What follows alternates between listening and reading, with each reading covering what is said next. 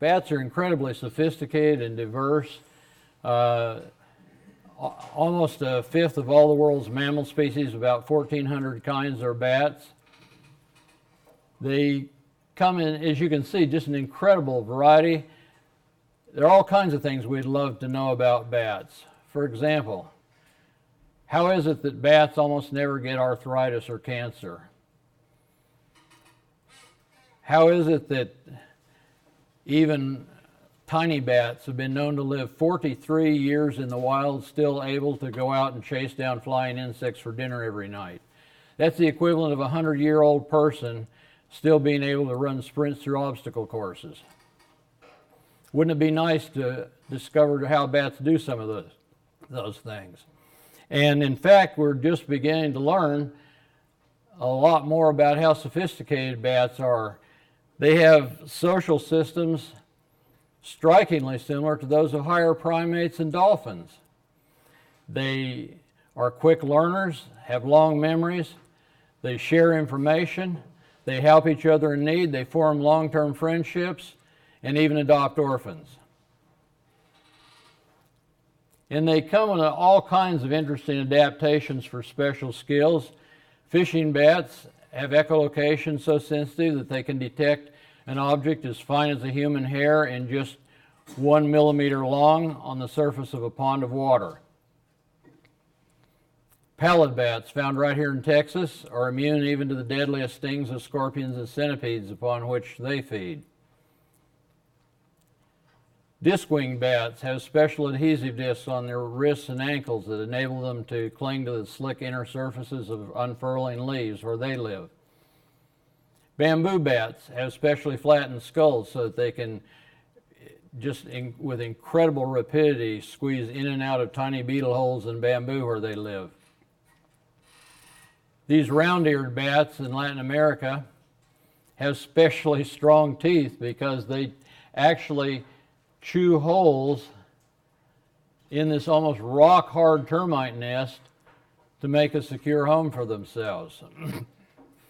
And of all the crazy things you wouldn't expect to find, it's bats that specialize in living in carnivorous plants that eat everything else that enters. Pitcher plants are famous for eating everything from insects to rats. And yet the Hardwick's woolly bat actually prefers to live in pitcher plants and has developed a wonderful symbiotic relationship. This is one of the few pitcher plants that provides an umbrella to keep water from going down inside. It has a special reflective area right here that guides the bat echolocation as it comes in, like airport landing lights on a runway at night for a pilot. The plant has evolutionarily figured out that it pays better dividends to feed on bat droppings daily than to eat a bat once a year.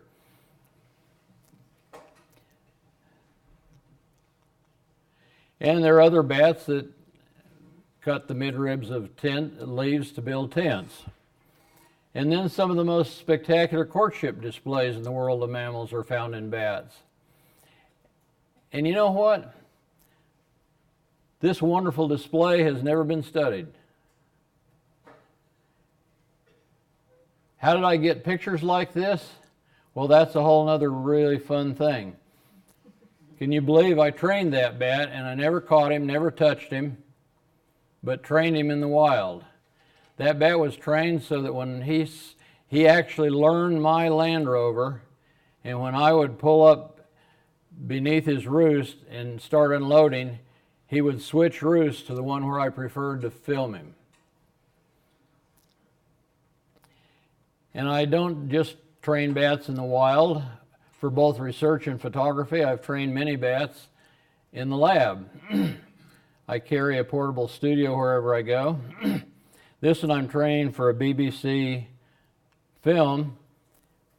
He's learning to go where I point.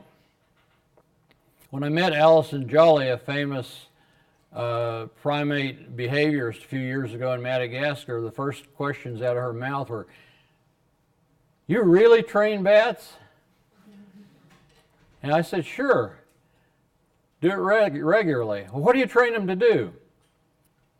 Oh, for example, I train them to go catch prey where I point. What? We can't even train primates to do that. True. Well, but by training this bat, now see right now you just see a glass tabletop.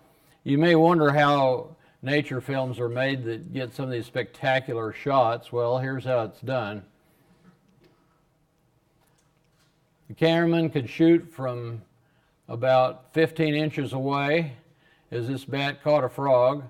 I could put 4 or 5 frogs in the pond and tell the cameraman which frog the bat was going to catch, which direction the bat was going to come from, all just by advanced hand signals, and then I would be out of the picture and the bat was trained not to come until he heard the camera start. And that's how you get pictures like this. It was also how I made my first cover story in Science. By being able to tame and work with bats in captivity, we could perform experiments that would be almost impossible in the wild. And I'm amazed to this day how few bat biologists have picked up on the ease with which we can train bats and how impactful it can be in furthering really good research.